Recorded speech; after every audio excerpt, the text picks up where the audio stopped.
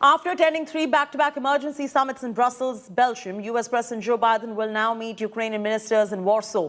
U.S. President Joe Biden landed in Poland to take stock of Ukrainian refugee crisis. Biden has arrived in Rzeszów, which is hardly 113 kilometers away from Ukrainian border.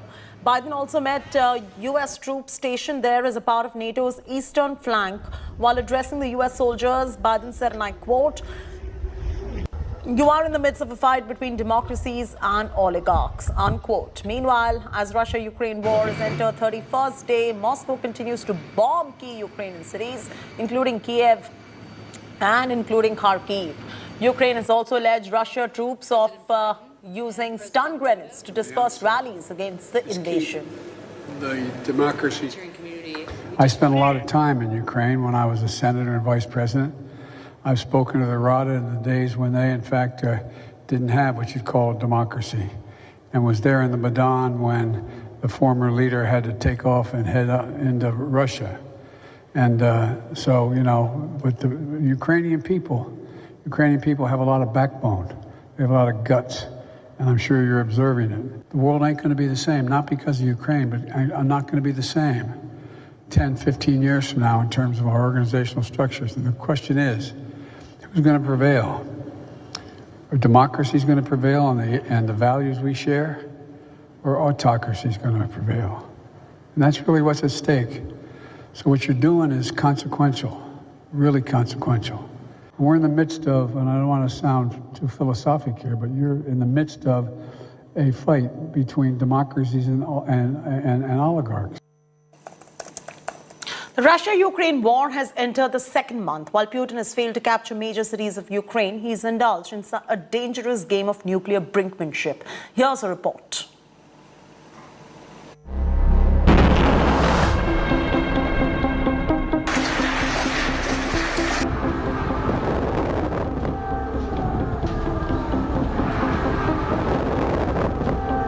Ukraine is bleeding and fighting. Second month into invasion war. While Russia has failed to capture major cities of Ukraine, it has indulged in a dangerous game of nuclear brinkmanship. It has now emerged that Vladimir Putin played out a major act of nuclear blackmail. Just hours after putting his nuclear forces on a special state of alert, Moscow had escalated its nuclear posturing. Several Russian submarines capable of carrying 16 ballistic missiles each had sailed into the North Atlantic. In a clear message, an act of nuclear muscle flexing.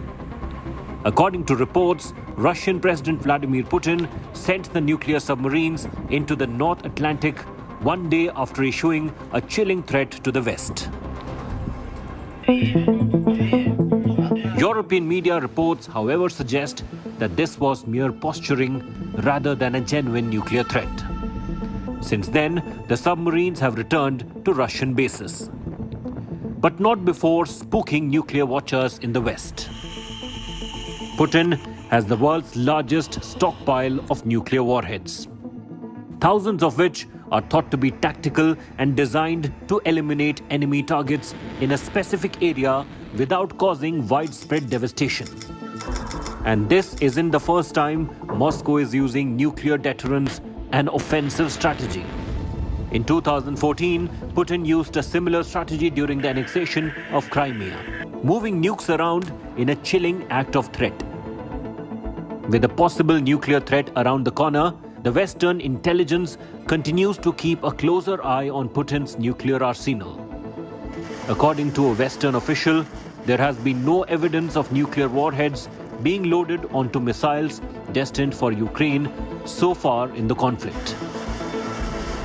According to reports, Russian President Vladimir Putin sent nuclear submarines into the North Atlantic one day after issuing a chilling threat to the West. Several Russian submarines capable of carrying 16 ballistic missiles each sailed into the North Atlantic.